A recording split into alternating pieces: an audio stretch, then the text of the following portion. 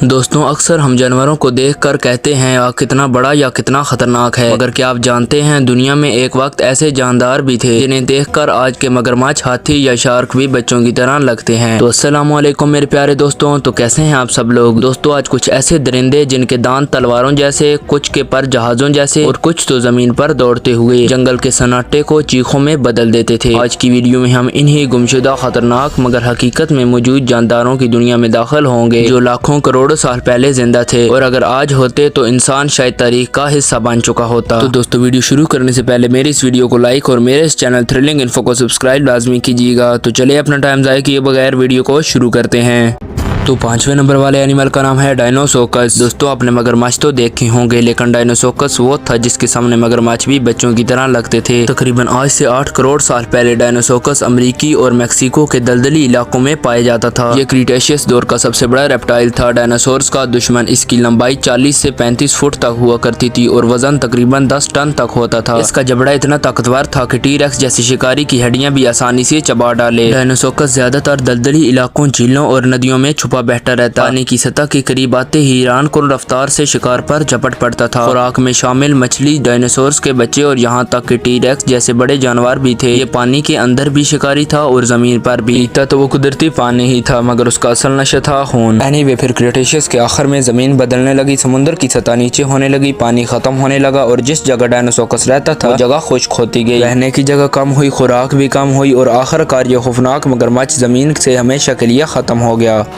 تو 4تھے نمبر والے اینیمل کا نام ہے اینڈریوسارکس۔ جب صحرا میں قدموں کی گونج سنائی دیتی تو سب جانتے کہ اینڈریوسارکس آ رہا ہے۔ تقریباً 4 کروڑ سال پہلے اینڈریوسارکس پایا جاتا تھا اور یہ زمین پر رہنے والا سب سے بڑا گوشت خور میمل سمجھا جاتا تھا۔ یہ چین، منگولیا اور وسطی ایشیا کے ریگستانی میدانوں میں رہتا تھا۔ اس کی لمبائی 12 فٹ، قد 6 فٹ، وزن 1000 کلو گرام تک کا تھا۔ سر گھوڑے سے بھی بڑا، جبڑا اتنا مضبوط کہ ہڈیاں چبا جائے اور دانت اتنے بڑے کہ ایک کاٹ میں گردن توڑ دے۔ اس کی خوراک میں چھوٹے بڑے جانور، مردہ جانوروں کے جسم، سمندری کنارے سے کچھوے اور پرندہ وغیرہ شامل تھے۔ پیور کارنیوور نہیں بلکہ اومنیوور بھی ہو سکتا تھا، مگر شکار اس کی خاص پہچان تھی۔ پانی دریا یا چشموں سے پیتا، مگر کبھی کبھار شکار کے جسم سے خون اور پانی دونوں لے لیتا تھا۔ اس کے ساتھ ساتھ یہ چھپ کر نہیں بلکہ ڈائریکٹ حملہ کرتا تھا۔ یہ رفتار میں تیز نہیں، مگر ایک بار شکار تک پہنچ جائے تو شکار کا بچنا ناممکن ہو جاتا تھا۔ اس کی سونگنے کی حس بہت تیز تھی، کئی کلومیٹر دور سے شکار یا مردار کا پتہ چلا لیتا تھا۔ اتنا ہوشیار تھا کہ یہ اپنی سرحد اور شکار کے علاقے کو اچھی طرح پہچانتا تھا، دوسرے شکاریوں کو بھی دور رکھتا تھا۔ اینڈریوسارکس کے ایکسٹنکٹ ہونے کی وجہ میں زمین کی درجہ حرارت میں تبدیلی، ماحول کا خشک ہونا اور خوراک کی قلت شامل ہیں۔ تو 3رے نمبر والے اینیمل کا نام ہے آرکیلون۔ یہ کوئی ننھا سا کچھوا نہیں تھا، یہ تھا سمندر کا ٹائٹن آرکیلون۔ تقریباً 8 کروڑ سال پہلے شمالی آرکیلون امریکی کے سمندری علاقوں میں پایا جاتا تھا۔ یہ دنیا کا سب سے بڑا سمندری کچھوا تھا، لمبائی 15 فٹ، تقریباً ایک کار جتنا بڑا اور وزن 2 ٹن تک ہوا کرتا تھا۔ اور اس کی شell بہت سخت ہوا کرتی تھی تاکہ وہ شارک جیسے دشمنوں سے بچ سکے۔ اس کی خوراک میں جیلی فش، اسکوائڈ، سافٹ کورلز اور چھوٹی مچھلیاں شامل تھیں۔ یہ گوشت خور نہیں تھا، مگر خطرناک حد تک بڑا تھا۔ پینے کے لیے سمندر کا پانی نہیں بلکہ یہ سمندری جانوروں سے پانی حاصل کرتا تھا، جیسے آج کل کے کچھوے حاصل کرتے ہیں۔ یہ آہستہ آہستہ حرکت کرتا، مگر بہت گہرائی تک جا سکتا تھا۔ خطرہ صرف شارک کا ہوتا تھا، مگر اکثر آرکیلون کے سائز کی وجہ سے شارک بھی ہار مان جاتی۔ کریٹیشیس کے آخر میں سمندری درجہ حرارت کی تبدیلی، شارک اور دوسرے شکاریوں کی ترقی اور نیسٹنگ بیچز کی تباہی کی وجہ سے آرکیلون ایکسٹنکٹ ہو گئے تھے۔